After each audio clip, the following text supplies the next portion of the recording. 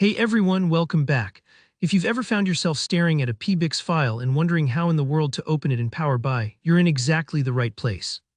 In today's step-by-step tutorial, I'm going to walk you through the easy process of opening PBIX files.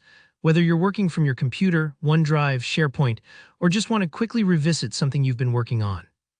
By the end of this video, you'll know exactly how to access your PBIX files in Power BI fast, with no hassle, even if you're completely new to the program.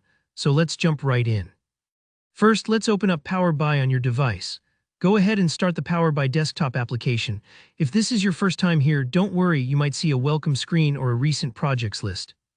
Just give it a moment to load up so you're looking at the standard dashboard. It's kind of like opening up a blank workbook in Excel. You can't import or see your data until you have Power BI up and running. Once Power BI is open, look over to the top left corner for the File menu. Think of this as your command center for anything to do with importing, saving, or exporting data. Go ahead and click File. A menu will drop down with several options, but for now, focus on the Open command. Click that, and you'll see a few different ways you can bring in your PBIX file. Here, where you can choose the method that best fits where your file is saved. If you've saved your PBIX file in a cloud storage location, maybe OneDrive or SharePoint, you're in luck. Power BI integrates smoothly with these services, making it super easy to grab your work from wherever you're logged in. Just look for the OneDrive or SharePoint options, select the one that matches where your file lives, and then browse through your folders to find the file you need. This is perfect if you work across different devices at work or from home, or if you collaborate with a team. If your file is on your computer itself, no problem.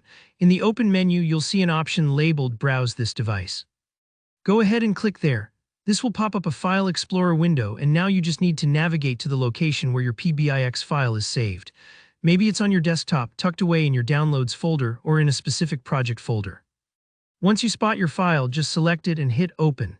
It may take a few moments for larger files to load, so don't panic if you see a loading screen. Power BI is just processing all the data and visuals inside your PBIX file. Another really handy feature is the Recent section on the right side of the Open menu. If you've worked on the PBIX file recently, you'll see it listed there. This is like a shortcut, one click, and you're right back into your project without any searching. It's a real time saver for those routine reports or dashboards you find yourself returning to again and again. And that's honestly it. Just click on your file, give Power BI a second to open everything up, and you're ready to start working, no extra fuss. The whole process should feel as straightforward as opening a Word doc or Excel file once you get the hang of it.